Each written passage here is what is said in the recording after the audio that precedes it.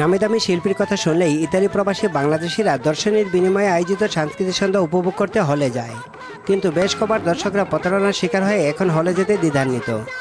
রোমে আবার বর্ণালী সাংস্কৃতিক সন্ধ্যা নামে এক বর্ণাঢ্য অনুষ্ঠানের আয়োজন করে কণ্ঠশিল্পী শতাব্দী। এতে বাংলাদেশের জনপ্রিয় সঙ্গীত শিল্পী মমতাজ এবং বেবি নাজির মাতিয়ে রেখেছিল দর্শক শ্রোতাদের।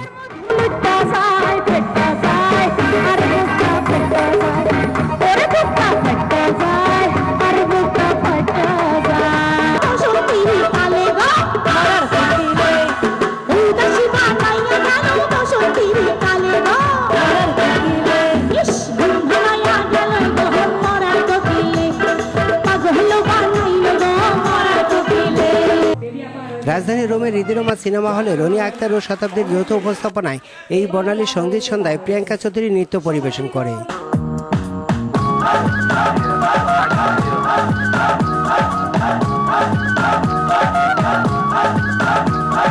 বেবি নাজির ইতালির দর্শকদের প্রশংসা করে এখানে আবারও সঙ্গীত পরিবেশনের প্রত্যাশা রাখেন। ইতালির দর্শক যারা আছেন এরা সত্যি অসাধারণ এবং খুবই ভালো।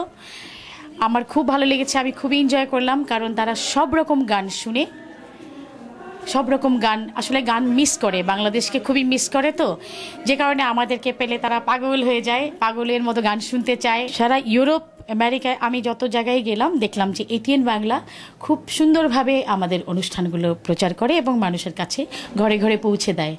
এটা আমি এটিএন বাংলাকে অভিনন্দন জানাই। বর্ণালী সঙ্গীত সন্ধ্যায় দর্শক কম হলেও আয়োজক শতাব্দী ইতালি প্রবাসীদের তার প্রতি আস্থা রাখার অনুরোধ জানিয়েছেন। বর্ণালী সাংস্কৃতিক সন্ধ্যা যখনই হবে টোটালি সলিড প্রোগ্রাম হবে, একটু ফালস থাকবে না।